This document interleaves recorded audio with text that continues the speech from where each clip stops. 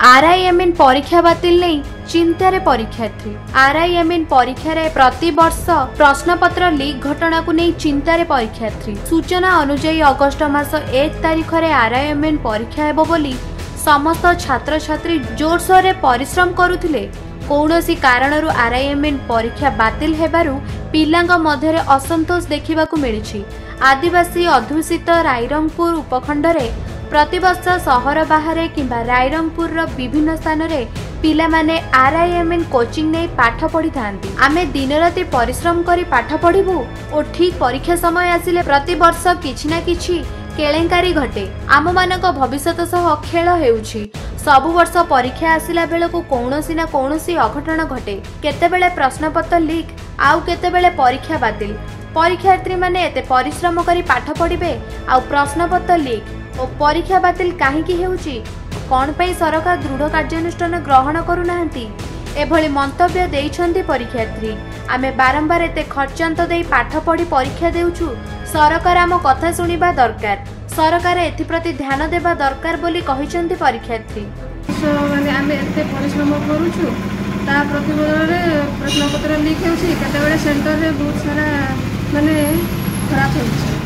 सेटा आमे भी कहूछु कि काहे कि एसब हेउछि प्रश्नपत्र किए लीक करूछि सेटा माने सठिक भाव में तदंत करा होछि ना नाही। ये आरआईएमएन एग्जाम बोली कथा नुहे।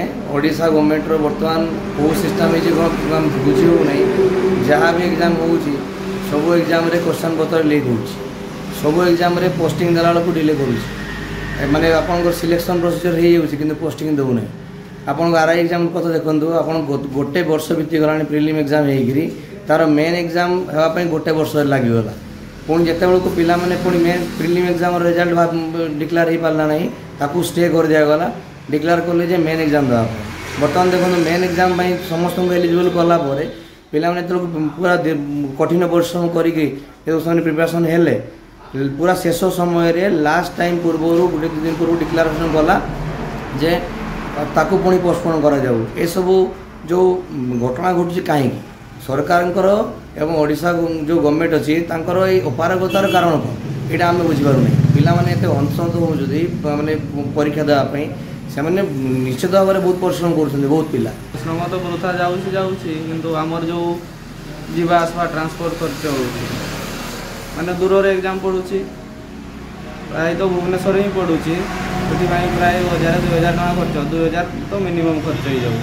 से पैसा पुणी देव किए बारंबार कैंसल हो एग्जाम हो कैंसल हो देव किए से पैसा।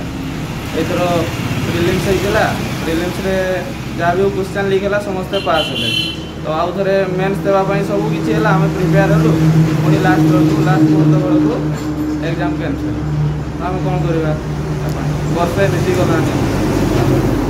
मयूरभंज रायरंगपुर जिला संपादक संतोष कुमार अग्रवाल रिपोर्ट निरपेक्ष न्यूज।